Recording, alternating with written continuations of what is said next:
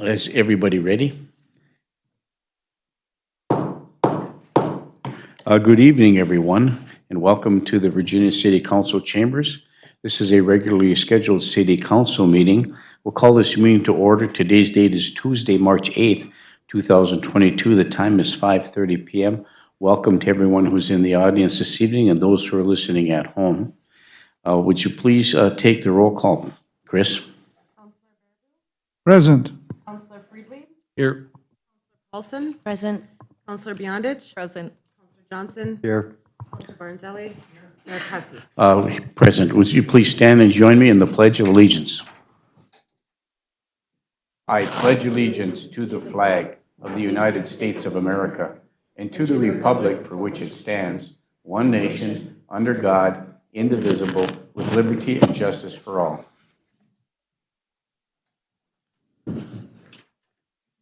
Okay, thank you, everyone. Once again, we have a full agenda this evening. We'll try to get through it as efficiently and effectively as we possibly can. We'll move to item 4 on the agenda, which is a public forum. I see there are some members of the audience here this evening. Is there anyone in the audience who would like to speak before the council meeting tonight? This is your opportunity to come forward if you wish to do so. Seeing none, we'll move on to item 5, which is the consent agenda. The following actions will be enacted by one motion unless a councilor or a citizen of the City of Virginia considers the item to be considered separately. Item 5.1 is the approval and correction of the minutes of the regular meeting that was held February 22nd, 2022. Item 5.2 is the adoption of Finance Resolution number 22-005, the schedule of bills. Item 5.3, approve the application for the exempt permit for the Masaba Range Student Advocates for Human Services to conduct a raffle on April 21st, 2022. And item 5.4, approve the following travel requests. 5.4A, Scott Frederickson of the Fire Department to attend the peer support training March 11th through the 13th, 2022 in Blaine, Minnesota at no cost to the city. Item 5.4B, John Swenson, Lieutenant, Police Department to attend the Crime Prevention Practitioners Course on April 12th through the 14th, 2022 in Woodbury, Minnesota at a cost of $770. And item 5.4C, Lieutenant John Swenson of the Police Department to attend the Crime Prevention through Environmental Design, also known as the CPTED, on May 16th through the 20th, 2022 in Stillwater, Minnesota at a cost of $1,362. And just a side note, Lieutenant Swenson is our community service police officer and teaches the DARE program in other parts of our community. So those are the items that are on the consent agenda today. Looking for council action. I would move the approval of the consent agenda as documented. Councilor Freely moves to approve the consent agenda as presented. Is there support? I'll support. Support by Councilor Paulson. Is there any further discussion? Hearing and seeing none, all those in favor signify by saying aye. Aye. Aye. Opposed? Motion carries. Item 6, appearances. There is no one scheduled to appear before the council this evening. Once again, this would be an opportunity for anyone from the audience that would like to come forward and speak.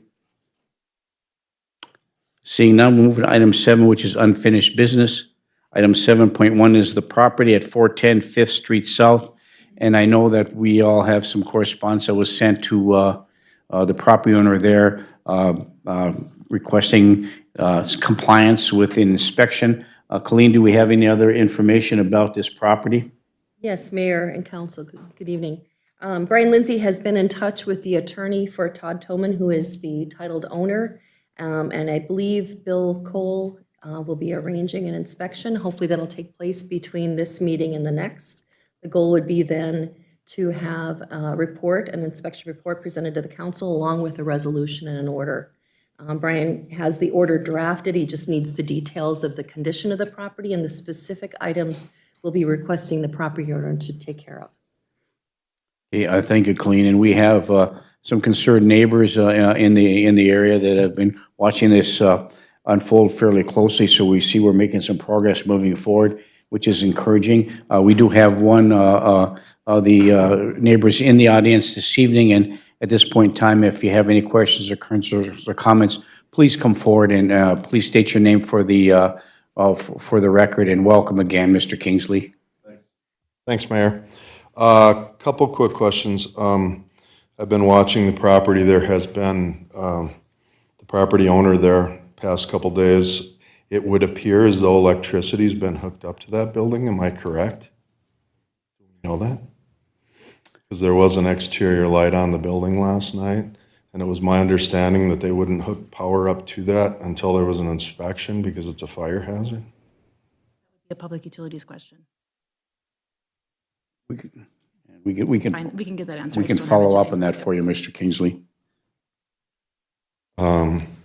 Next question you just answered for me. Where are we at as far as imposing fines for the vacancy of the dwelling for the last 4 years? They have the vacant registry. I'm sorry. Chris is the one that takes care of the vacant building registry. Okay, thank you. Chris? No, I don't have the vacant registry as of like a week. Hadn't brought their. Wait, I can't hear. Use your microphone, Chris. I don't have a vacant registry at this time. And any fees for the vacant registry that went unpaid were assessed to the property, as with any outstanding violation fees were assessed to the property. So they were assessed to it. Actually assessed, yes. Special assessment, Okay. end of last year. Does that go back to as long as the property's been vacant? There's a time, the way the property rental code works, the vacancy code works, every year it escalates that it's vacant. Yeah, but what I'm asking So is he's been that charged for every year. for the last 4 years. When the ordinance went into effect. Okay, okay. And then the ordinance went into effect on January 1st of 2017, correct? I believe so. Yes, January 1st of 2017. So since then, Mr. Kingsley. And did the property owner then actually respond to your letter to set up this meeting? His attorney contacted Brian Lindsay, and they've discussed a meeting, and it's getting set up. And Brian's involved in just observing that and making sure that it happens. So I And think is- Bill Cole's been brought into the conversation. They're supposed to be scheduling it. And in addition to Bill Cole, was someone else going to be a part of that? A representative from the fire department, I believe, and I don't know, I think there was some discussion about having somebody from the state Department of Health, if they were interested in coming, they would be invited as well. And anyone from the Blight Department at all on that? Building official is the responsible party for the blight. They're the supervisor of the blight department. So that's Bill Cole. Correct.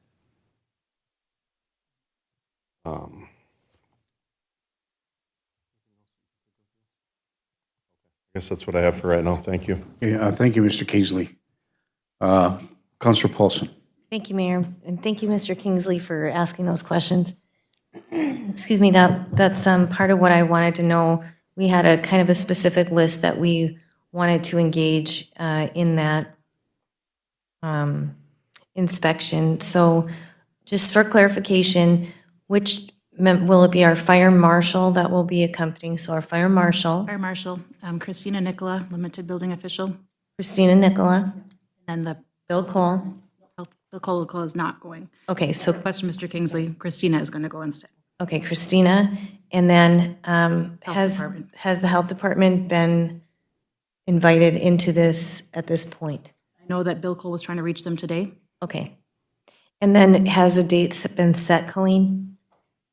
I'm not aware of a date. I know it was in process. Maybe Britt knows. They reached out to his attorney. We have to speak to his attorney now, not to Mr. Toman, and reached out to his attorney and asked when they would like to schedule this date. Okay, so at the last meeting, we had said if we don't get in there, we were going to execute the, whatever, the warrant, Administrative warrant. administrative warrant. Did the administrative warrant get sent mainly because they didn't have to because of the attorney communication? That's correct. And just so you understand, the administrative warrant process is an extensive process of filing an action in court, getting the court to respond, filing the appropriate paperwork. So it's not a quick process. So this is obviously the preferred process for, I know it doesn't feel expedient perhaps, but this is the more expedient of the two options. So Okay. Brian was pleased that Mr. Toman's attorney reached out so that they could get consent and get into the building. And that's a good thing. So I guess where I'm getting at is I, again, want to see a timeline, and I want to make sure that it's not just going to keep going out and out and out. So when will we receive an actual date? When will the two attorneys set a date, and when will the council be notified of this date? Again, I think Brian has left it to Mr. Toman and the Reached out to Mr. Toman's representatives. attorney today, and we haven't heard back as of Right. And 4:30 today. I believe the city officials will go with that. Brian isn't going to participate in the inspection. He'll be there to receive the results of the inspection and the report. So I don't know if that answers your question. He'll keep on it, though. I mean, he wants to make sure this gets done as soon as possible because we would like to have information for the But council. didn't we give them a timeline when we sent the original letter saying we need to get in there by such and such a date, or did we not? I don't remember if we did. I don't think there was a timeline in the letter, if I recall. And what would be an expedient timeline? Well, again, like I said, Brian's hope would be that they would get in between this meeting and the next meeting so that he could have Okay. somebody respond with Okay. with a report and then have the resolution. And I'm in order sorry to if you go. said that. It's, even though we're real close, I can't Right. hear very well. So I apologize if I No missed problem. that. Okay, I think that's all that I have, other than just if, once we get that communication back from Brian, if that could be disseminated to the council, I would appreciate that, just because I'm following along as this goes. Thank you. Thank you, Counselor. Thank you, Counselor Paulson. Counselor Beyondich. Thank you. Actually, I'm having Counselor Johnson pull up the property because I do want to see if he's paid in full for those back taxes, because if he's not, the fines aren't being paid. Correct? They don't come off the taxes either. The special assessment stays on there until we decide we want to waive it, if that ever happens. But if he pays the property tax, Then it has to be paid. it has to be paid. Is he current on that property tax? That's what we're looking at.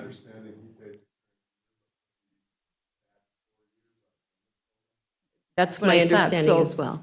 So that's what I'm asking. So we don't capture that Until it's paid to the county. until the taxes are paid in full.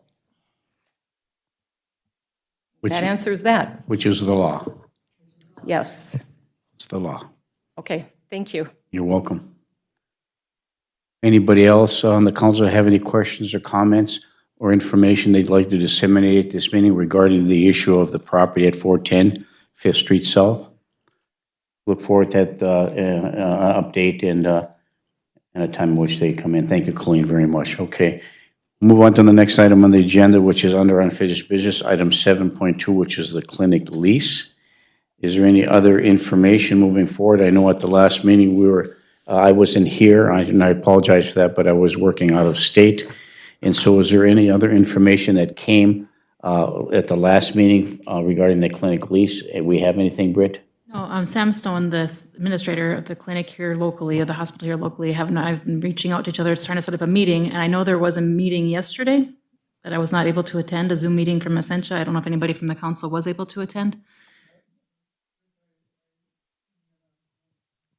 Do you want to give an update, Charlie, what happened at that meeting? Councilor Baraboo? That was basically a question and answer thing about the clinic in the hospital. There was some good things that came out of that. Number one, they're upgrading the electrical in the hospital and a couple of deficiencies that they've had over there. That's on their schedule. Also, Dr. Pryor announced that they are going to build a new hospital in Virginia. So that was good news. The clinic lease came up just in basically conversation, and like Britt said, they are going to set up a meeting, but they've been so busy right now that they haven't had a chance, but there will be a meeting set up. But it was designed for not only people like myself or people in public service, but that Zoom meeting was designed for the public to come in on it if they wanted to. It was announced. And they could bring up things they'd like to see happen at the hospital, basically the hospital, not so much a clinic at this point. But it was sent out on a Zoom meeting, and there was 30 people on that Zoom meeting. But there are only about 10 people that asked questions. And, there's a couple other good things. Got a new OBGYN person coming. They have a fourth surgeon that will be there, so now they'll be able to operate longer and in a longer specific time and have surgeons on call, which is going to be a good thing. And they've got 2 more practitioners coming in just general medicine, so, and hopefully they will get the urgent care open some more hours. So that was basically what the meeting had. That was, information was actually from them. Okay, thank you, Councilor Bearable. So we're looking forward to more information with respect to a meeting with, we're going to meet with Sam Stone with respect to specifically the clinical lease. Thank you very much. Larry, one other point. Any other comments, questions about the clinic lease itself? Councilor Bearable. I'm sorry. They are going to have these meetings for the public to join in every quarter. They're going to try to do these now. So there will be advertisements out, and we will get those notices here at City Hall. So, and I put myself on the list to get one of those invites. Thank you, Councilor Bearable. I'll move to item 7.3 under unfinished business, which is the rental code ordinance. And I know we've been working on that. I know it's been a slow and arduous process, but we want to make sure we get it right. I would like to defer to our planning director, John Sullivan. John, do you have any more information or updates regarding the rental code ordinance? Thank you, Mayor and Council. If you recall, the Planning Commission had a meeting in February, and they put together a schedule and a timeline for implementation. So we had a meeting last night for March of the Planning Commission and went through that and talked about outreach and how that's going to work. So over the next 3 months, we're going to be bringing in people for the Planning Commission meetings, landlords, tenants, interested parties that work a lot with this, like the AEOA, who I've already reached out to already. So we're putting all that together, and we're getting it ready so we take testimony and have some public hearings and do it right. Thank you, John. Any questions from the council? Councilor Beyondich? Thank you. I just have a question. When this goes into effect, who will be the one checking or making sure that everything on there is being done and accountable? Who would they report to, or who's going to be doing that? John? Mayor, Council Beyondich, what's going to happen if that ordinance is adopted is we have to staff it. So there will be staff, and the staff would respond to not only the building official, but the fire and police chief as well, in a group to make sure that we're doing this the right way. Does that answer your question? It does. Would we be hiring for that position, or is that going to be in-house? We would have to hire. That's a complete somebody else's position. And when the ordinance was produced in 2014, they had a plan for how it self-funds itself with the fees. If you look in that booklet I gave you guys, there is that fee schedule in there. And then over 3 years, it pays for the positions that we would need. As part of the rental, or if we enact a rental code, we have to enact a crime-free housing standard also. And the crime-free housing ordinance we have to pass requires that one of our police officers is the crime-free housing leader or teacher, and every rental has to go through that training once every 3 years. So we have to have somebody in the police department that does that training for all their landlords, every new landlord, every 3 years for their reapplying for their application. And then the fire marshal would need assistance because they have to inspect as part of this also. So every time they go out for rental inspection, the fire marshal has to go with, or his designee. There's a lot that goes into this, so this is not an easy ordinance for the council to pass, which is why they're taking it very slow. This has got to have a lot of work and a lot of discussion that needs to go with it. Thank you. And that was my concern, is once this passes, then how is it followed through? We just don't want things to fall through the cracks with all of this. Absolutely. Okay. That's why we've been talking about it since 2014, because it's a very large ordinance and it has a very large public input piece to it. It affects a lot of landlords in town, and it's going to affect a lot of people. Thank you. And as we get closer to passing this ordinance, at that particular time, with timing being a major piece of this, we'll be looking at staffing that as prior to the actual enactment of the ordinance taking effect, so, which once it's passed, it's 30 days before it takes effect, so we'll have to have somebody on board by then. Anything else with respect to the rental code ordinance from anyone? Okay, the last item under discussion, on number 7, is the golf course restaurant contract. I was not here last week, so I want to defer to staff. Is this a contract that's being prepared, a new lease contract, and we're awaiting that moving forward? How is that working now? Correct. In your packet is the proposed draft of what I wanted to send out to those interested parties as the solicitation for letters of interest in the new proposed lease. Okay, thank you.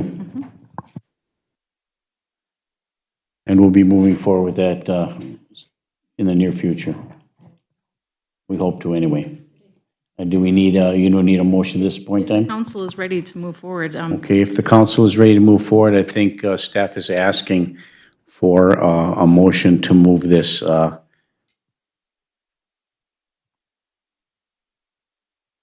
Anyone? Councilor Johnson?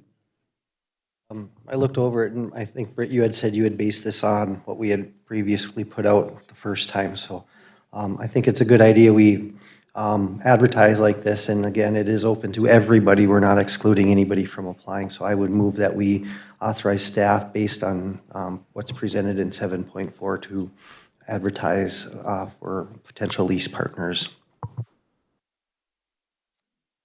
Is there support for that? Is there support for that? I'll support, Mayor. Support by Councilor Paulson. Is there any further discussion? Councilor Bearable? Yeah, Britt, if I'm correct, the lease is paid up full now, even with the back payments, correct? And so their drop dead date is the end of April, correct? April 30th, the lease. April 30th. So what is our, Colleen, you probably are familiar with this. What are if we continue the lease with the leasing that's up there right now, and they default on their payments, their monthly payments, what are the city's option to dump it? In what time frame? Is that 14 days? My understanding, there wasn't a provision for extension in this current lease, and this lease had, the arrangement in the lease had some problems, and so the goal would be to start fresh. Okay, So that's why it's open to anybody who wants to participate, and they can apply again. right? Okay, all right, that answers that. I haven't had a chance to read the lease. Are you putting in a cutoff and an extension or not? This existing lease, no. This one is expiring on April. Okay, but in a new one, are we going to read? Be negotiation with the new lease, if the leaseholder, whoever that may be. Okay, that's what I thought. Okay, thank you. Okay, it has been moved and supported. Is there any further discussion? I just want to make a quick comment that I don't want to participate regarding the process and how that went. I was not able to participate. I wish I was. I wish this would have been delayed so I could discuss it and understand it as well. I did read through the lease proposed as it is. I have no issues with the language in it itself, but the process I have some concerns about. So if we're making a change in the lease, changing the lease all the way around, and I heard some talk about first right of refusal and those kind of things, but in essence, this lease would not be a first right of refusal. It'll be a fresh new lease where everybody, it would be open to the public, and the current leaseholder would have the opportunity to apply for this lease just like everybody else, right? And so I just want to make sure that, over the time, where there has been some issues, not only with the golf course restaurant, but private restaurants all over the city of Virginia, all over the state of Minnesota. People are struggling as a result of this pandemic. And, they do the best they can to get it done. Yes, this is a building that's owned by the city as opposed to a private ownership or a lease from a private party. But, I think they've done the yeoman's work. It made their best effort in which to keep that thing running and open. And I don't know how they were able to accomplish that. They were, as has publicly been been disseminated in the newspaper with that scathing article about this process. And their struggles continue even more as a result of the language that was in that article in the newspaper. So I have a little angst about that. And I think that, it's if this could have been a different way in which to handle it, I wish that we could have found a different way in which to do so. But that being said, it has been moved and supported to put this out for bids under the new language in the new lease proposal. So is there any further discussion about that? Hearing and seeing none, all those in favor signify by saying aye. Aye. Opposed? Motion carries. Thank you. Okay, move to item 8, discussion items. Item 8.1, adopt a resolution authorizing the purchase of land from Colleen S. Hofsaber, located at 111.5 South 10th Street. And I'll refer to our planning director, John Sullivan, for additional information regarding this item. Thank you, Mayor, Council. This resolution is for the purchase of land located at 111.5 South 10th Street in Virginia, and this is for the public safety facility acquisition. We've worked hard on this one along with we had appraisals and came to an agreement. And I think there's a couple of small technical matters that Colleen wanted to address at this point on this one, so I'll turn it over to our city attorney, Colleen. Thank you, John. Colleen? Thank you, John. Yeah, in reviewing this purchase agreement, I just noticed a couple little things. They're pretty minor. I just request or encourage the council to take a look at.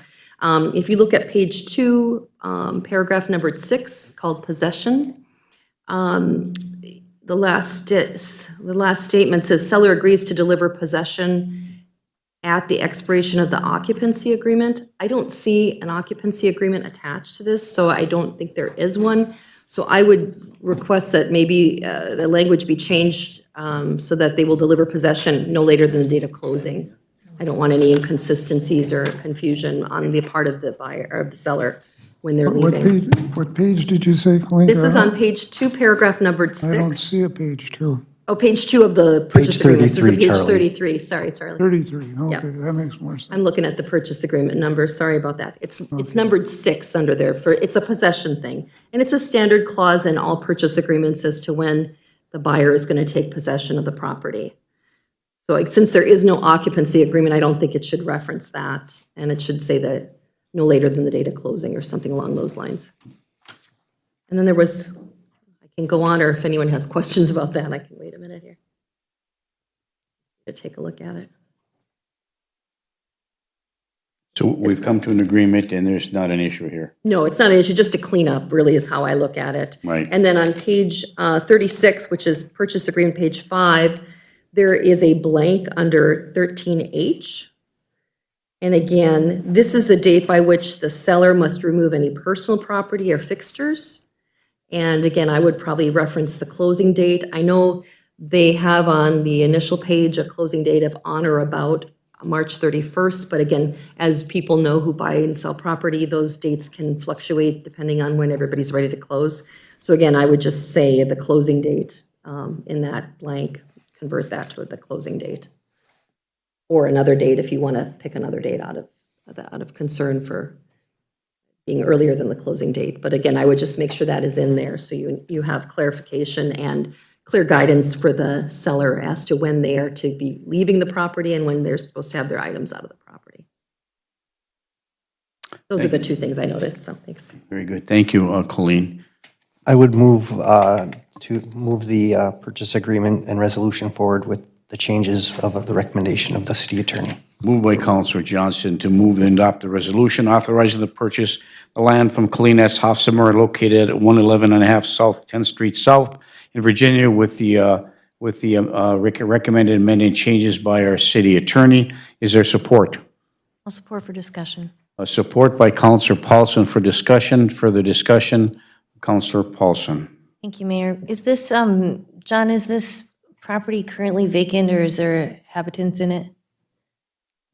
No, this was a building with land and a business. I don't know why it was identified as land, but it's actually, it was used as a business, and the owner is setting up at a different shop, so. So it is not habited right now? It's vacant?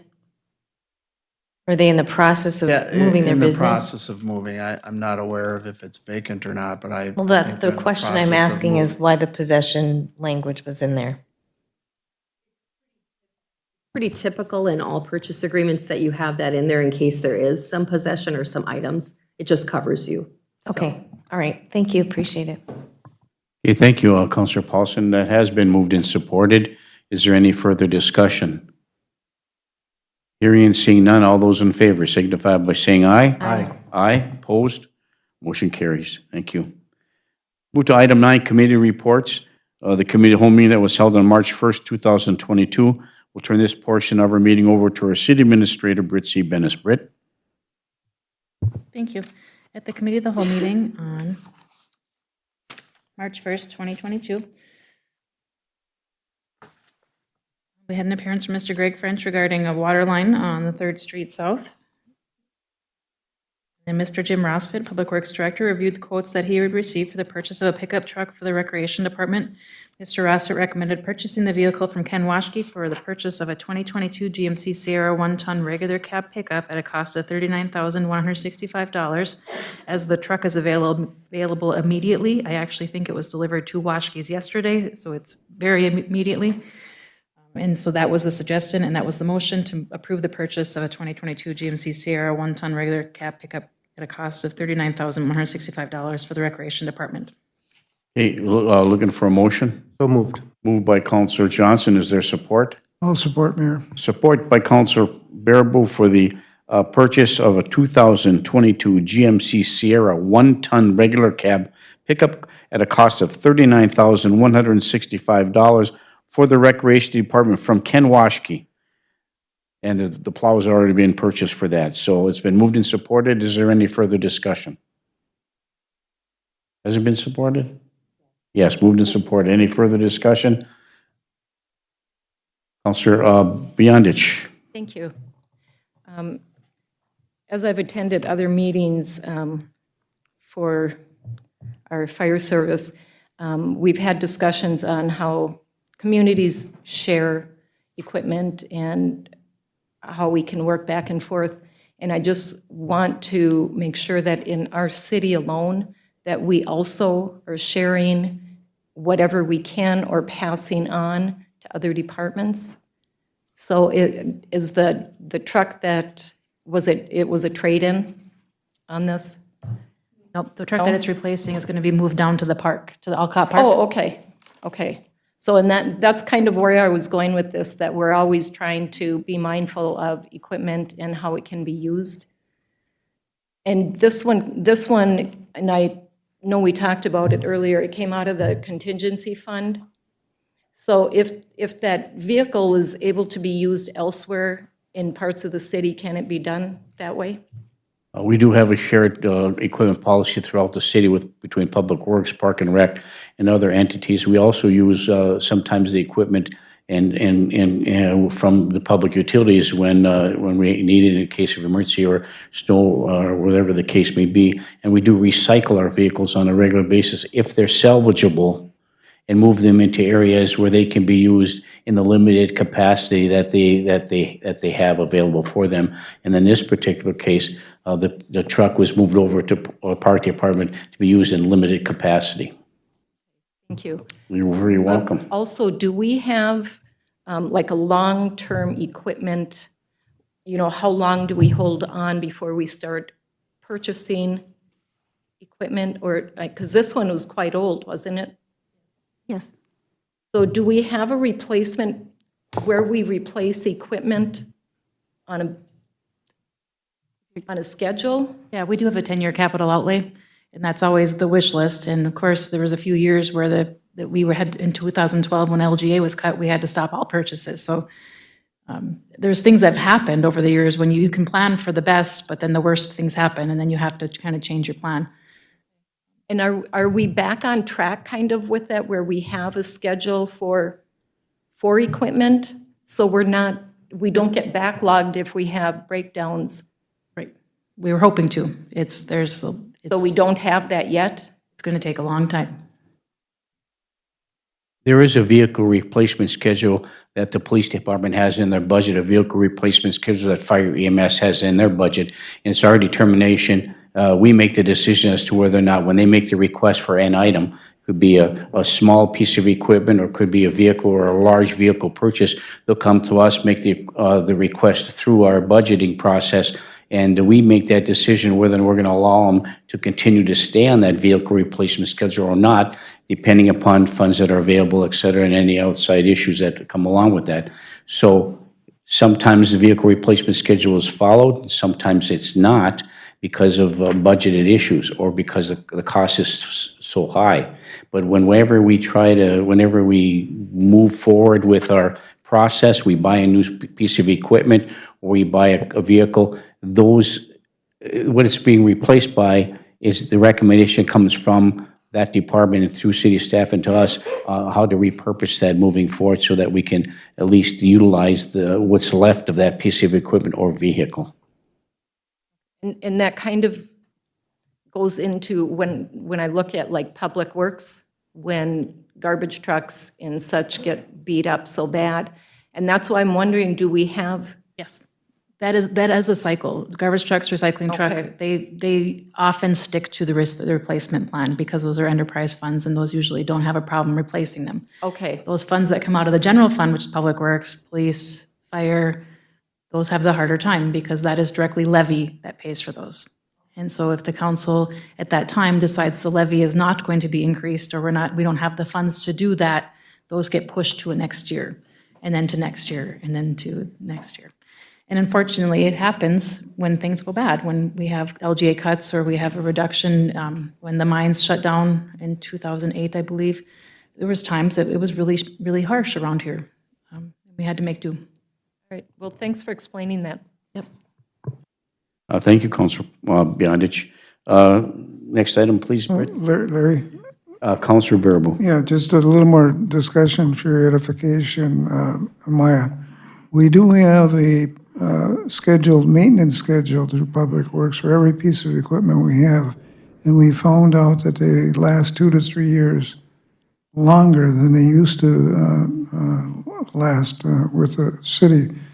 So a lot of times we can get by with that.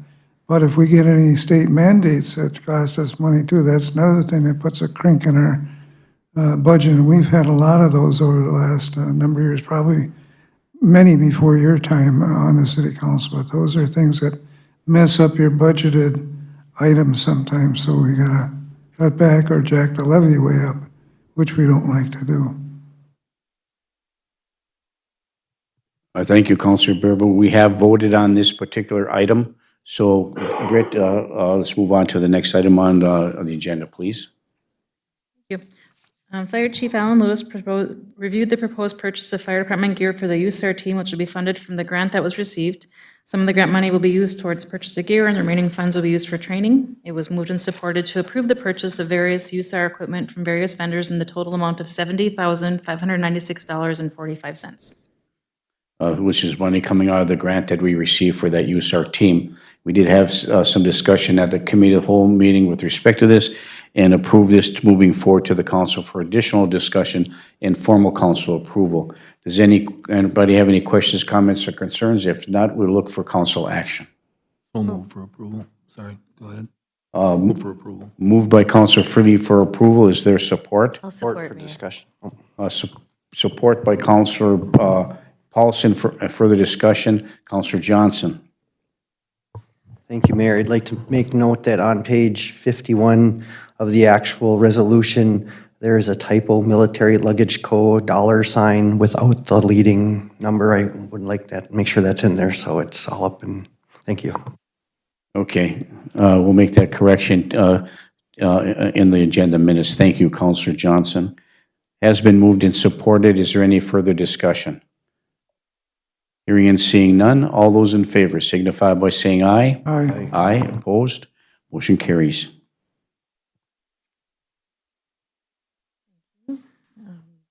Sherry Erickson, the finance director, noted that the U.S. Bank changed their name to U.S. Bank Trust Company.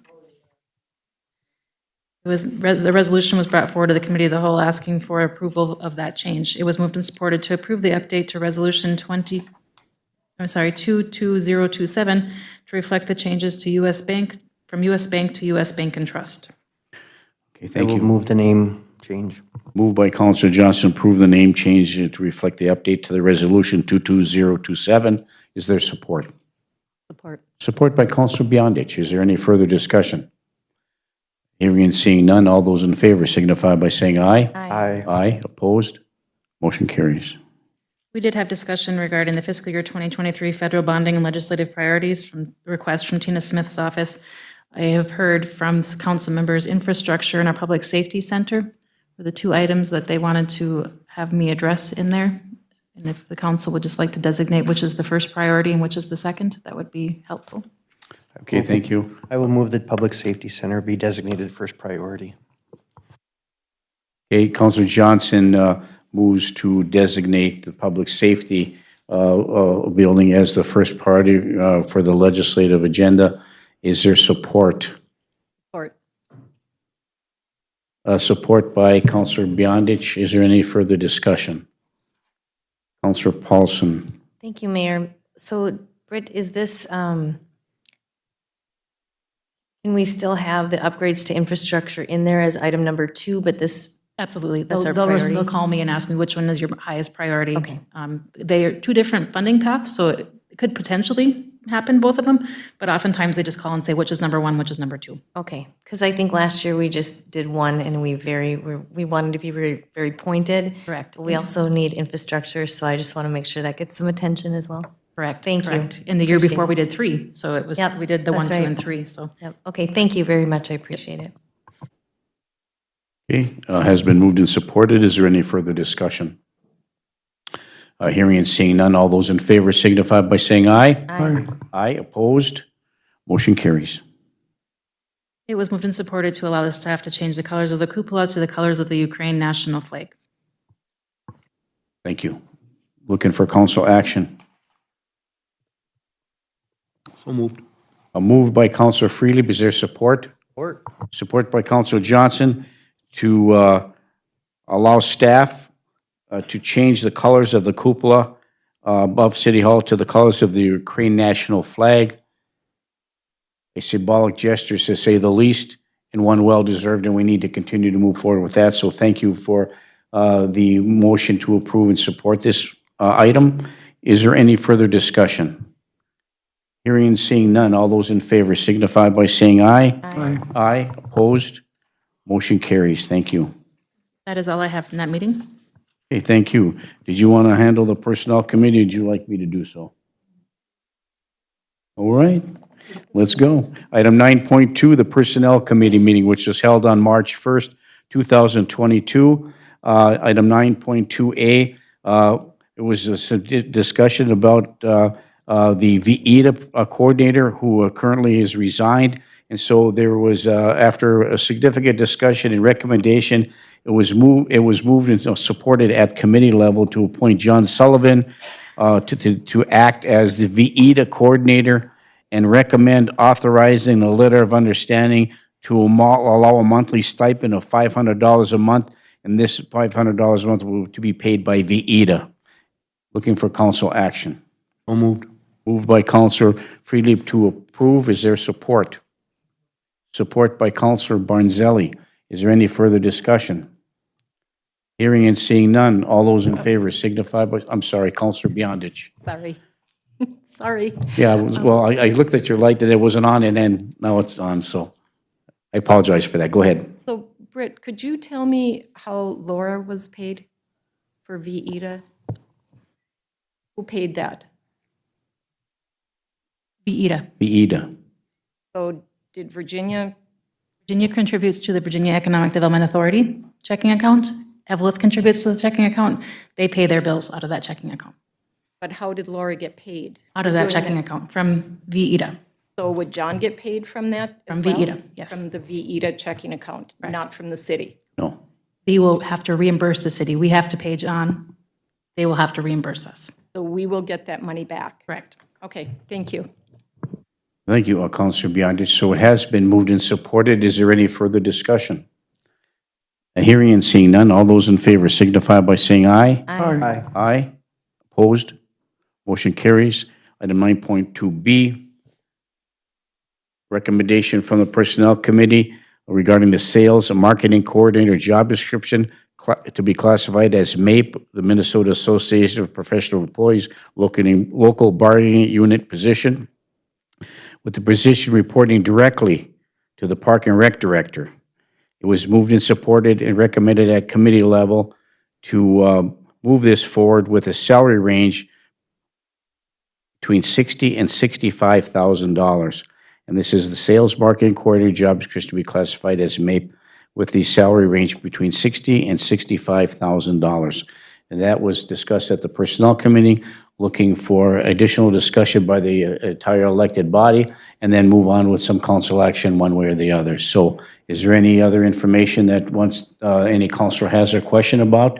If not, looking for council action regarding the Sales Marketing Coordinator job description and the attached salary range.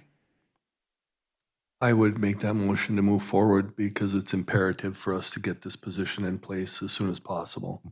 And also this salary range is actually, it's less than what we were paying for the contracted services. Maybe not once we add in the benefits, but it's going to be comparable at best. So I suggest we move forward with this position. Thank you. Councilor Freely moves to approve. Is there support? Support by Councilor Barnzelli. Is there any further discussion? Do you have some more discussion, Councilor Bearable? Yeah, I do. Councilor Bearable. I think this is the proper venue for this particular position in the right union, because this individual is going to be traveling all over the place and having lots of responsibility to bring venues to this city. So it is a management spot within a city to bring these venues for the Iron Trail Motors Entertainment Center. So I agree 100% with how it came out of that committee. Okay, thank you. Additional discussion, I know I have some angst about this myself, even in work and personnel, about thinking that this really should be a contracted position, not a city position. And I understand the parameters and limitations of a contract employees and hours of work as opposed to what we would do as a city employee. So I would prefer it to be a contract position, but the elected body has chosen to approve it as a city position. I will go along with that. So it has been moved and supported. Is there any further discussion? Hearing and seeing none, all those in favor signify by saying aye. Aye. Aye. Opposed? Motion carries. Thank you. Item 9.2C, there was a recommendation at the committee level after significant discussion to set the hourly rate for the custodial position for the Iron Trail Motors Event Center at a cost of, and this will be a city employee, with a starting rate of $27.87 an hour, and to include upon that responsibility and job description, a commercial Class B license would be the requirement or the ability to obtain it. And that's a recommendation out of personnel. Anything else from Personnel Committee with respect to this? Or any other questions from the elected body? If I may, Mayor. Yes, please. Councilor Freely first. First, I would move to move forward with the approval of these positions. Secondly, the salary was set comparable to the maintenance position at the library, which was the most comparable, seemingly comparable position on the employee list. And the Class B commercial license requirement provides some extension of duties that could be assigned as needed for other duties such as plowing and or hauling snow and so on.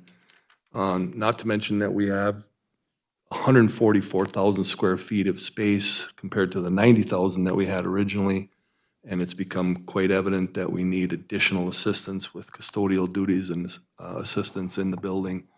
So I think these are certainly legitimate positions that need to be in place as soon as possible. Thank you. Moved by Counselor Freely. Is there support? Support. Support by Counselor Johnson. Further discussion. First Counselor Beyondich, and then over to Counselor Paulson. Counselor Beyondich. And the way this reads in here, to include a commercial Class B license requirement, is that a requirement when they fill out the application? No, they have 6 months to obtain. If you read the line on there, on the application, they have 6 months to obtain it. And I always ask this question because I know we've let some of those time frames lapse. And that's why I would really like, when we put out a job application or description, that it is included when they apply. It's easy to let it slide. They need to have that when they fill out the application. Tell you, Counselor Beyondich, I have removed employees from positions for not having their license within the 6-month timeframe. So I don't want to guarantee, but I can tell you I do keep a very watchful eye on it, and I don't take it lightly. Where do they get moved to? Any open position we have, they have to, whether it's a pay cut or not, they have to take an open position if we have one. If we don't have one, they go on layoff. And I'm going way back. When I applied for a city job, that was the requirement. You had to have it before you applied for the job. And it held people accountable and not waiting 6 months. If you wanted that job, you got that license before you even applied. So I strongly feel it should be, if they're serious about this job and they know they have to acquire that license, they should have it when they apply. When we do our scoring, it does give them an extra point if they have it already. If that helps. Me, that's just how I feel. It is If it's- it's a very competitive market. Right, and if they're serious about the job, and that's part of the job requirement, they should have it when they apply for the job. You have to, the mine companies and the military do not require Class B licenses. So if we're hiring anybody who is a veteran or work at the mine, they may have used all the equipment we have and bigger, but they don't require Class B licenses. So they're very well qualified, they just don't have a Class B. And to get one it's quite a few weeks out. I think Chris is going through her process right now. You can't get a test in the next 2 weeks. You have to, so if we posted this tomorrow and had a 3-week application period, there's no way they could have got it. Thank you, Counselor Beyondich. Counselor Paulson. Thank you, Mayor. And I was in attendance of the Personnel Committee, because I'm on the Personnel Committee. You are. Been a long night. But anyway, I just wanted to kind of iterate why and how we arrived at that wage of $27.87 per hour. And it does, so the council sets the job description and asks me the union sets the wage. And there is. Yeah, we negotiate the wage. Yeah, we negotiate the wage. And there is a wage scale that we were provided. And as Counselor Friedlieb stated, that it's right in alignment with the Virginia Public Library maintenance employees. So I just, for the general public, like I had a hard time swallowing that number hourly rate, but we do have to abide by the union contract and to do something comparable to a comparable position within another city department. So I just, for the general public's knowledge, I just wanted to let people know that is how the wage got set at that scale. Thank you. Thank you, Counselor Paulson. It has been moved and supported. Is there any further discussion? Hearing and seeing none, all those in favor signify by saying aye. Aye. Aye, opposed? Motion carries. Thank you. Item 9.2D, the Personnel Committee also had some significant discussion for the position of event coordinator at the Iron Tour Motors Event Center. And after significant discussion, a recommendation was made from the Personnel Committee, from staff, and talking with MAPE representatives. There was a recommendation of setting the salary range for the event coordinator at the Iron Tour Motors Event Center in the MAPE bargaining unit, and with a salary range to mirror that of the sales and marketing coordinator, with a salary range of $60,000 to $65,000. That's the recommendation coming from personnel. Looking for additional comments, questions from the council, or action moving forward?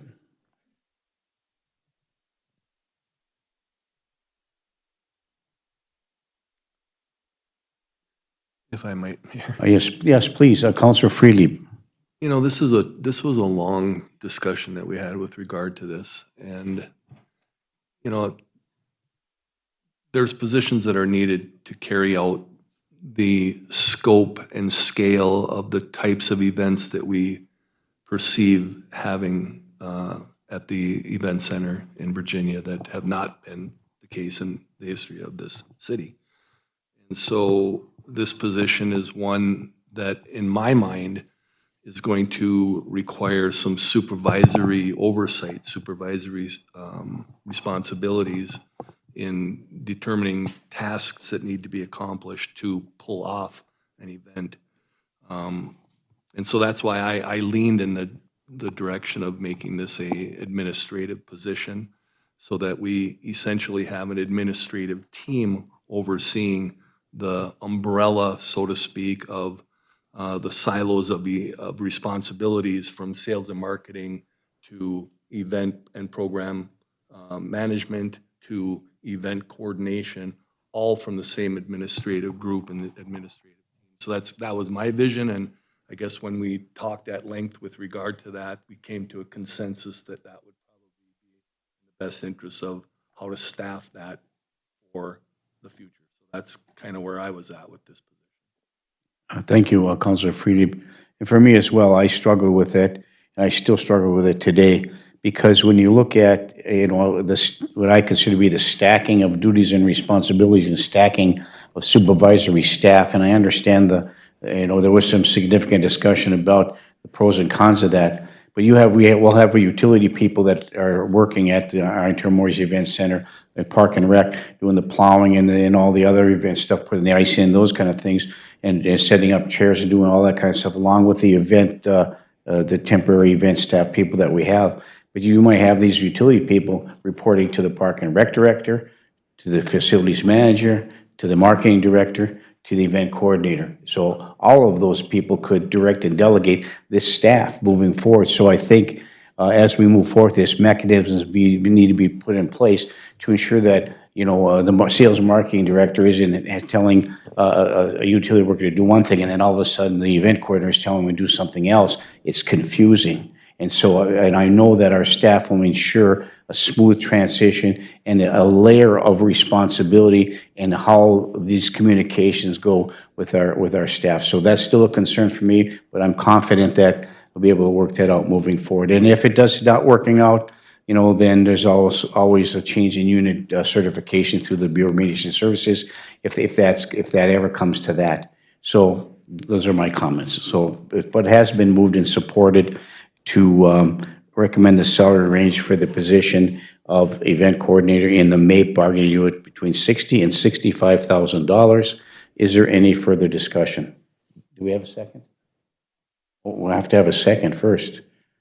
So moved by Councilor Freely. Is there support? I'll support. Support by Councilor Paulson. Further discussion? Hearing and seeing none, all those in favor signify by saying aye. Aye. Aye. Opposed? Motion carries. Thank you. And that concludes the Personnel Committee report. Here at the very bottom. We of have it, one more. We have the one where I just passed out to everybody. At the end of that Very good. meeting. Please do. At the end of that meeting, AFSCME Bargaining Unit 454 requested the city to discuss increasing the members' comp time accrual rate from 240 hours to 350 hours for the payroll year of 2022. And they actually suggested just actually through May 31st, due to the amount of overtime that's been required for snow removal. Many of our staff are maxed out at their comp bank, and they indicated that this is something the county does regularly, because the FLSA rules do allow that if you are engaged in a seasonal activity, you can extend the comp bank hours to higher than 240, only if you're engaged in a seasonal activity. So only the hours that they are doing snow plowing could they use the comp bank above and beyond the 240. Yes, and we had some significant discussion, of course, at the personnel level too. So this is not unusual. I've seen these in contracts before. I've signed them before, and it's really isolated to just calendar year 2022 in order to accomplish their ability to take this comp time because it's been such a significant season which they weren't able to take it. So I think it's appropriate. It sunsets after the year, so I don't have a problem with it. So any questions, concerns, comments from the rest of the council? Councilor Baraboo. I've got a question. When they work these overtime hours, they're getting paid overtime pay to start with, so why are we tacking on comp hours on top of the overtime pay? That's a problem, that's a problem. We're not doing that. City employees have the ability to take their overtime in comp time or in I pay. understand that. So they're asking to not pay them. They don't want the overtime pay. Okay, that makes They want the sense. comp time. That But they're makes all sense. maxed out right now at 240. Everybody is capped out because this has been an extraordinary year of snow I plowing. understand that, and they So still they're have- asking for this one time, can we increase the banks for just for snow plowing, the staff that plow snow, which is FLSA says it has to be a seasonal activity, that we can allow the increase of the bank. So do we have dedicated people, or, because I know we throw other people in for snow plowing at times too, are they gonna be But- eligible for this too? When they fill out their timesheets, they have to indicate it's snow time. We actually have a snow removal budget. And so when they fill out their timesheets, they write what they were doing. And they Okay, write so snow then removal. if they can then choose comp time too then? Correct. Okay, that's okay then.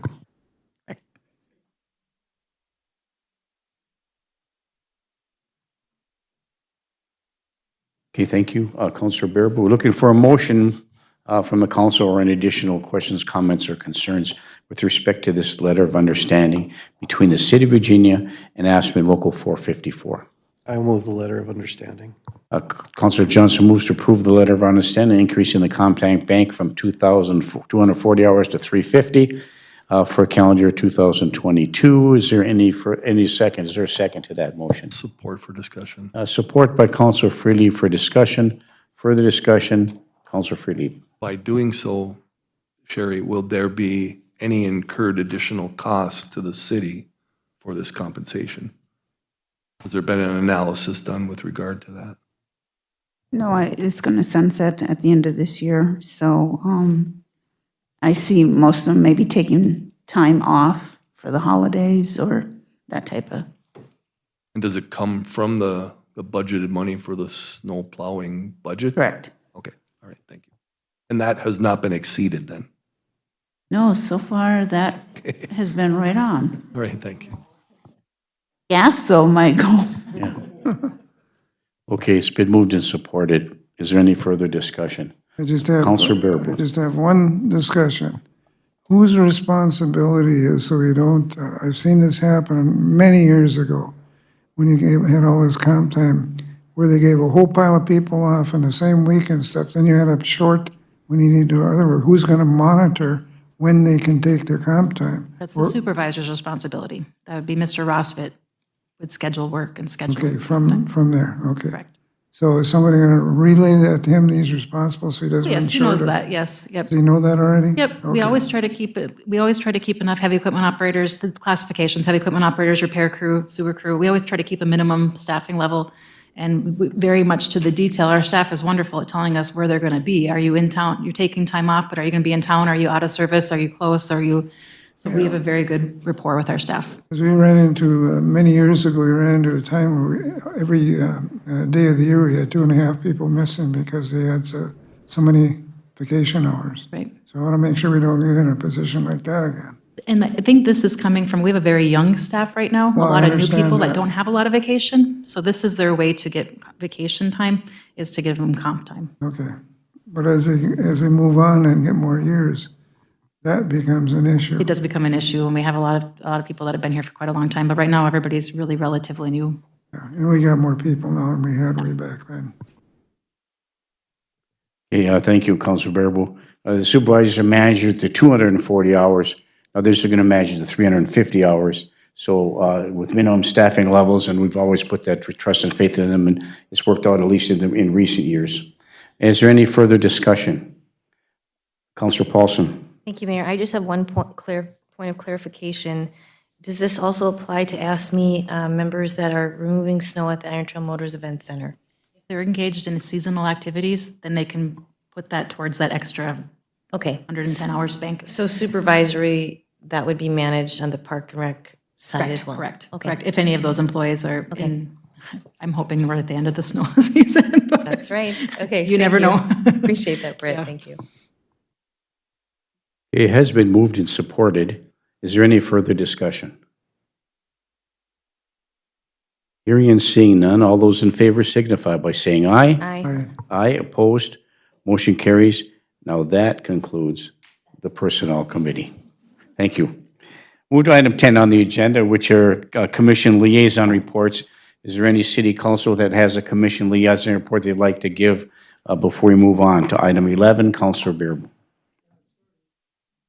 I'm sorry, this one's late because the last council meeting met before the public utilities meeting, so they just met here a week ago. They had short membership there of their commissioners. They only had 3 out of their 5, so their election of officers is going to be delayed till their commission meeting this month. Other than that, there were no safety issues or none.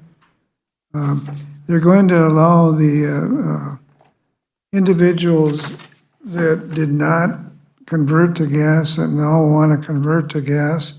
They're going to take their non-commodity conversion, like if they want to go from fuel oil to natural gas now, they decided they're going to waive the $200 hookup fee just to be equivalent to the other people that had other services and now want to go on. This will be first served to finish up what they're doing. These will come secondary to that, but they'll allow that all over the community if they want to do this.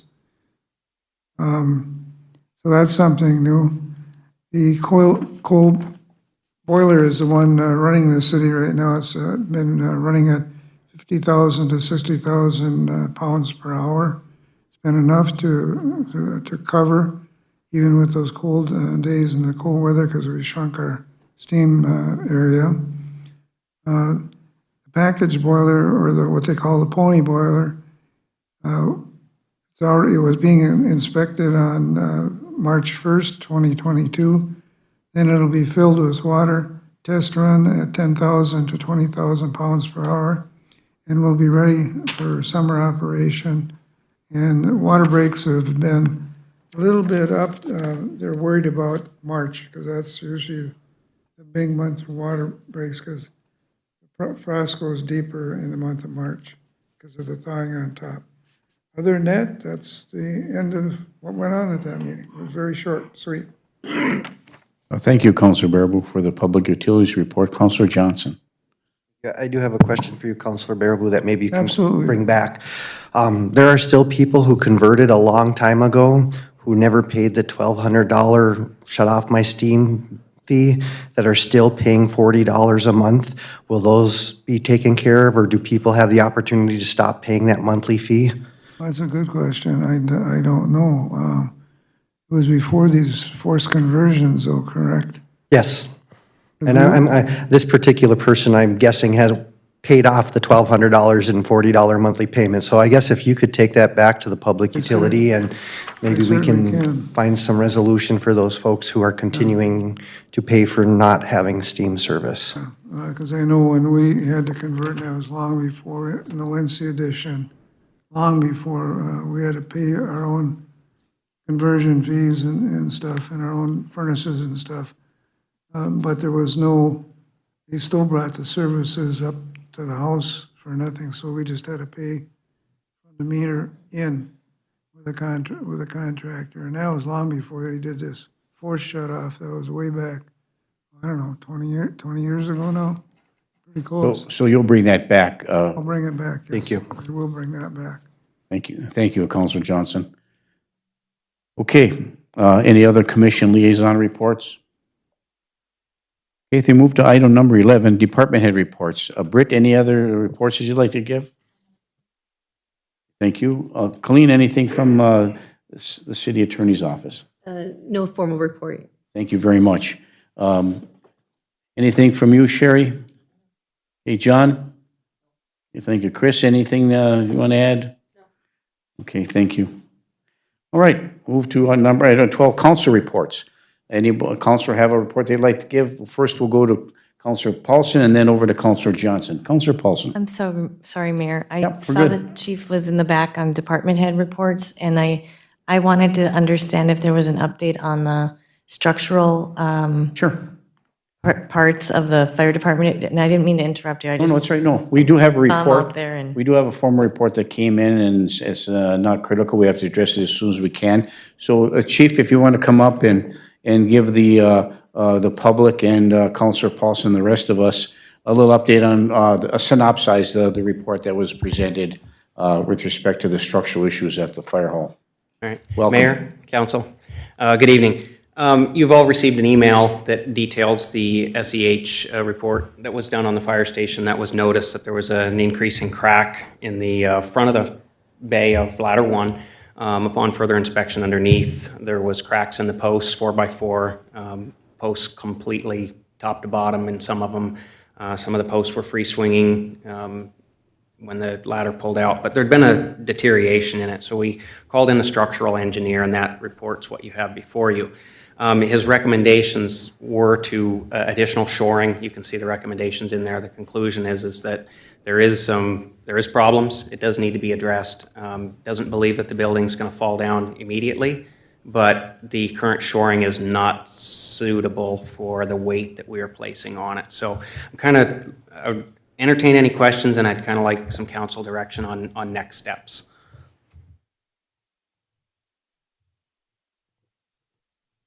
Councilor Johnson? Thank you, Mayor. Before you sent the email to the council, did you have any discussion with the administrator or the building official about what the next steps could be? Yeah, so the initial email went out on Friday, and there was no response for 24 hours. I knew the mayor was out. I reached out to Vice Mayor. No, the email we got last night. The email that we got last night, no, I haven't heard anything back since that report. But you didn't have this discussion with them before sending that out?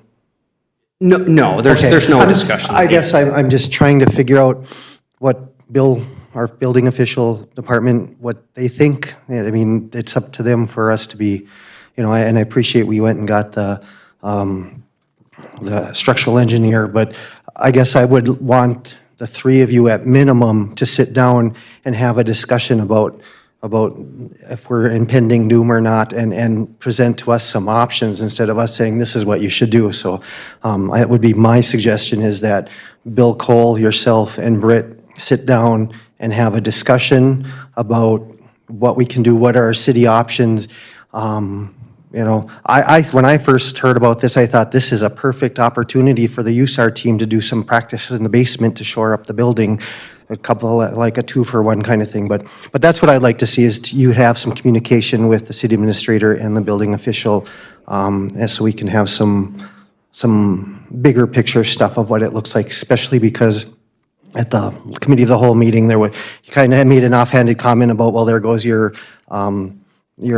contingency fund, and I can't let that happen. We have to have a solid plan. So that would be my suggestion and my request, please.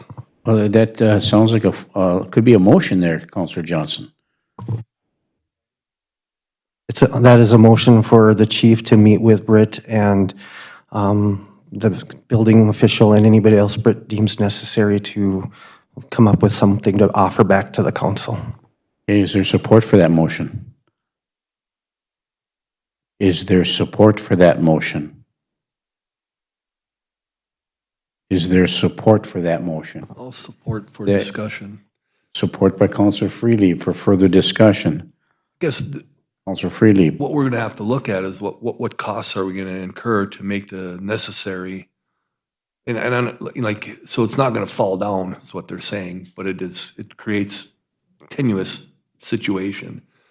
And so you're saying we should have a meeting amongst the officials that are involved to determine the extent to which we need to make reparation to this building in order to make it safe enough to be continuing to be utilized in the fashion that it is, correct? And within reason, certainly not one that's going to drain the contingency fund, hopefully And to make sure not. there's communication amongst those three departments too. That we just got that email, I was a little shocked that we got that direct email at 7 and it hadn't gone through the city administrator, which most of those emails come through from other departments. So that's, I guess, why I want to make sure, that's why I asked the question. Right, and so we've gotten the information from you and the pictures and so on, the supporting documentation with regard to what the issue is. And now we have to have further discussion in terms of like how we're gonna remedy this and what the cost may be to be incurred to remedy that, correct? That's what that conversation would, and then also where the monies would come from to do so. And there is a process. We can't just hire any contractor tomorrow for anything unless it is deemed an absolute emergency, and this tells us it's not an absolute emergency. So we would have to do a bidding process, and it's the discussion we need to have. Right, and I think it's pretty straightforward motion to bring back to the council more information about the next steps moving forward. And the issue for me is the safety and security of the staff that work there. And so if the structural integrity of that building is imminent, where evacuation has to be made, and that report doesn't indicate that. So we're looking for the meeting with the next steps. That's the purpose of the motion. Has been moved and supported. Is there any further discussion? Councillor Paulson. Thank you, Mayor. Unfortunately, I understand where you're going with this, but I don't think I can support the motion because SEH is our engineer of record, okay? The vice mayor, gave the authorization to call out the structural engineer. Structural engineer right here in the email gives a complete full recommendation of what needs to be done. Then the structural engineer, who is our engineer of record, says, I recommend this work be contracted out to a builder experienced in such construction. I further recommend that I be called to inspect it when nearly finished. So it does have some sort of an imminent feeling to me. I don't know how you can say that it's not imminent when this is pretty clear that it is. It doesn't have to be vacated today, is what I mean. It's imminent, but not. Okay, but you just said it's like not an emergency. Well, this is basically saying this is imminent if you read what it says. So Go ahead. I'm not understanding. This is our recommendation from the professional services that we hire and we pay monthly as a city. This is what they recommended. They're not recommending the USAR team. They're recommending an experienced contractor with this forte. So I can't support the motion going forward because I think if we want to do our due diligence and not have the building fall down, we need to have a contractor come in, which is what the recommendation of our own engineer of records states. I don't know how it can be any more clear. I think the purpose of the motion, Councillor Paulson, is that we're all aware that, what their SCH has done and what needs to be done. We know something has to be done. So just having everybody get together with the engineer, get the bids out, find a contractor, get it fixed. I think that's the goal and the objective we're trying to get to here, so. Having a meeting with our building officials or our USAR team, that's not going to help. That's not going to help what the recommendation already was. The recommendation is to go out for a contractor. Yeah, well, that's fine. That is experienced in doing this. Yeah, and I think that would be the goal and objective of our staff to make sure we do that and come back to the council with the recommendation of what contract we're going to hire to shore this thing up. So. Yeah, I guess I would just be more in support of going ahead and finding a contractor to come back and give us an estimate. Yeah, and I think It's not that's going to what. be the USAR team No, that's going to be shoring this up. right, it's So going to be. the yeah, recommendation we should be following, in my opinion. Agreed. Yeah, that's what we're going to do. Okay, so at this motion, I won't be supporting it at that level. I would support moving forward with a contractor to come in and give us some professional bids or going out for RFPs. Okay, so do we have a second to that motion? We do, for discussion purposes. Do you want to clarify a motion, Councillor Johnson, to include the concerns that Councillor Paulson has? And we don't want to convolute this whole process. I don't think that's the intent of the motion. Councillor Johnson? Thank you. My point was that this email came out with it without the city administrator seeing it, and that concerns me. Oh, she saw it. She is the boss, and so that's why I want the three of them to meet so that there's communication, that this is being done. Chief Lewis cannot authorize fixing his building on his own. He can't do that. He has to have that has to go through the process, because I'm guessing it's going to cost more than $5,000, because that's what he can do on his own. So then it has to go to the next level of 10,000 or more. So that's what I'm trying to make sure, is that this communication is happening between the three of them. Okay, It thank has you. nothing to do with reevaluating or anything. The communication needs to happen. Mayor, could I address it? Just one moment, please, Chief. So there's a motion on the floor, it's been moved and supported. However the vote comes out, I think we'll be looking for another motion from Councillor Paulson with respect to moving forward with what the recommendation of SCH is. Just follow the motion process as we move forward. Before we go to Councillor Baraboo, go ahead, Chief. I just want to correct a factually incorrect statement by Councillor Johnson. City Administrator Seabrens was on every email that I sent, and she was on this one, so it would not be correct to say that she was not included. I did not say she was not included. I said she did not see it before the rest of us. No, you said she wasn't included on the email. Okay. Thank you. Councillor Baraboo. Yeah, let me explain how this whole situation happened. I got a call on Friday afternoon, wasn't it, Chief? And he had tried to reach the mayor and reach Britt, unable to. And so we sat down and we decided we should bring in our engineer, Matt Reed, to take a look at that and help find a structural engineer. He was able to get a hold of Matt on the weekend, but the structural engineer couldn't get out till Monday. Is that correct, or was it Sunday? It was Saturday morning I reached out to you. I'd waited 24 hours with no response from the initial email. So I made the decision as vice mayor to bring Matt Reed in and our engineer of record, and he found a structural engineer that came out. Did he come out Sunday or Monday? I don't remember. Monday. Monday, and he did a total evaluation. The only thing that needs to be done is what Councillor Paulson is suggesting. We go out for bids on this. They'll have to come in and look at whoever bids on it to see what it is. Then you have the structural engineer take a look again at what the proposals that come back are and see if he's agreeable. Because you're going to have an inspection in the end from a structural engineer anyway. We're wasting steps and time. Because I saw all those pictures and I did not like the looks of some of those where the brackets were bent, where the posts were split, because once a post splits like that, they can go just like that. I've had that happen at my hunting shack when the supports split. They just become a headache and a half, and that isn't the weight that's on the floor of this building. I can't support the way that was either. I think we should just skip one step. Everybody's familiar with what's happened over there now. And it's not that I was trying to usurp anybody.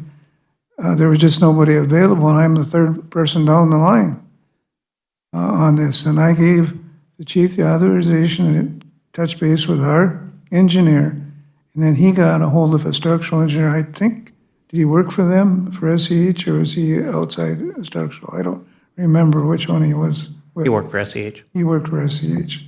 So it stayed all in with the purview of our engineering firm. We'll have some cost out of this, there's no question about it, from the structural engineer. But if we were to lose that ladder truck and cave it into that basement, and that was a brand new crack across there. You're shaking your head, no, it wasn't a brand new crack? Yeah, well, okay, it's wider then. I didn't know if it was wider or if it was a new crack. I was told by staff it was a new crack. You had seen that there was not dirt that had seeped into the crack. There's about 3/8 inches settling. Okay. Okay, I think we know the issues. And I don't think I did the wrong thing as No. a vice mayor at all. No, so we have a motion on the floor in a second. Do you stand by your motion, Councillor Johnson? Yes, Mayor, and I'd like to clarify something. Please do. I'm not questioning the process up to yesterday at all. I am full agreement. I just want to make sure there's discussion happening about how we move forward, that we're following the procedure that needs to happen next. This has nothing to do with anything that happened before the email last night. I want to make sure that there's conversation with the three department heads our two department heads and the city administrator on what the three of them are going to do next and what those steps are, so that they can authorize the proper spending so it gets done quickly. I'm not asking to have things reevaluated or looked at or anything. That, I don't understand where that came from. I want to make sure there's communication amongst the three of them.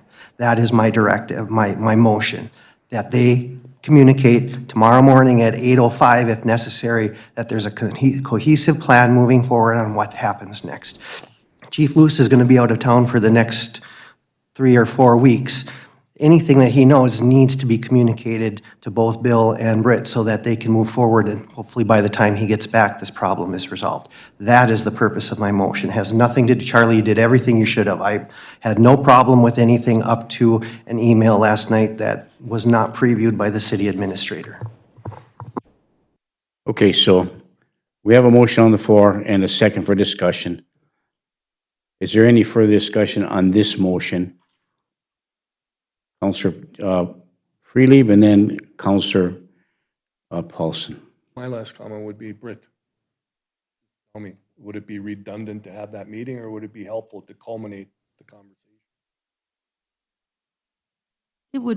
It would probably, we certainly could take care of it today with the motion, like Julianne said. If you wanted to authorize us city staff to just start getting quotes, we certainly can have our engineer of record start doing that today without the known dollar amount of what that's going to cost to have the engineer firm do that, but we certainly can, knowing it needs to be fixed.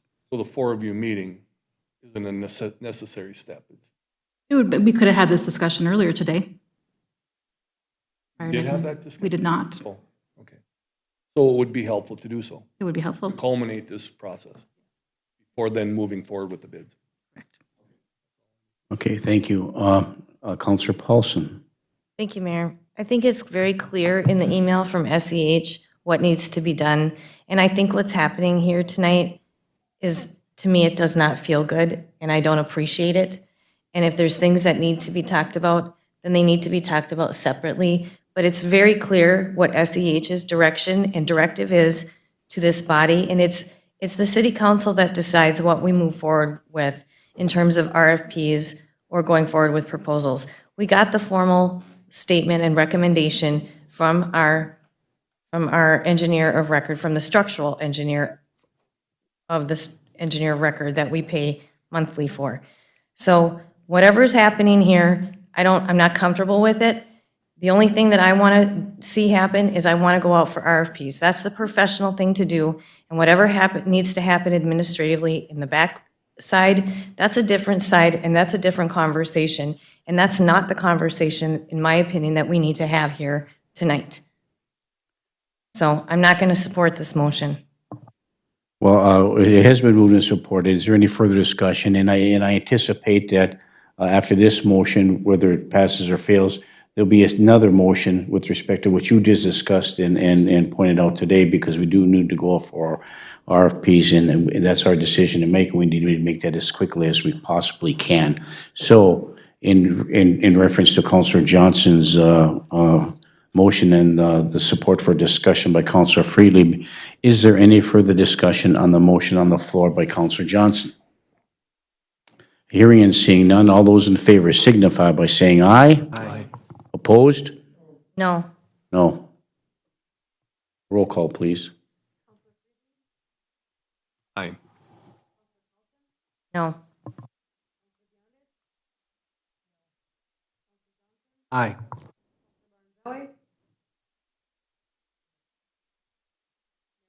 No. No. Result? Fails 4-3. Looking for another motion, Councilor Paulson. I will move the recommendation of the structural engineer, SEH, our engineer of record, forward to go out for RFPs for the process that, I guess, for mitigation. You want to clarify, Councilor Paulson, if I may.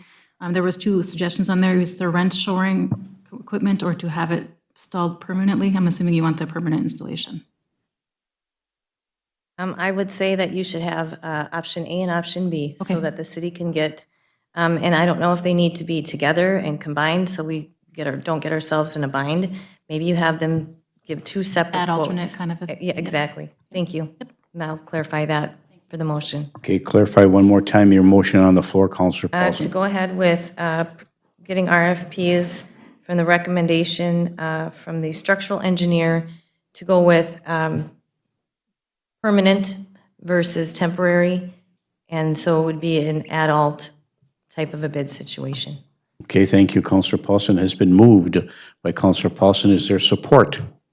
I'll support. A support by Counselor Freely. Is there any further discussion? Hearing and seeing none, all those in favor signify by saying aye. Aye. Aye. Opposed? Motion carries. Thank you. Okay. Anything else from the council? Any other council reports? Counselor Johnson?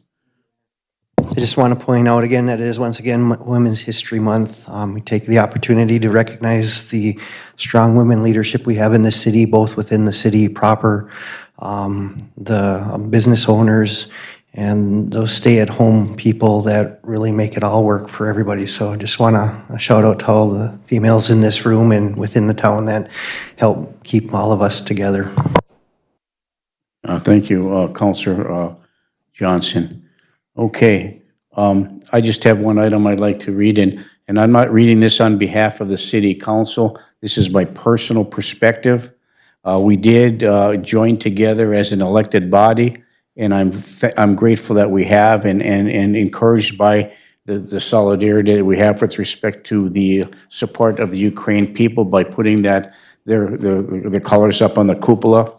But I'd just like to I had a 2 or 3 page statement that I plan, and I think that it needs to be said, but I synopsized it to one small paragraph so you don't have to go have lunch before I read this. So but I just want to I think this is a very important time in our country moving forward, and we have to stand together. So I think that from my perspective, the city of Virginia, with other cities, citizens, and organizations throughout this nation and the world, we must denounce the unprovoked Russian attack and invasion of the democratic country of Ukraine.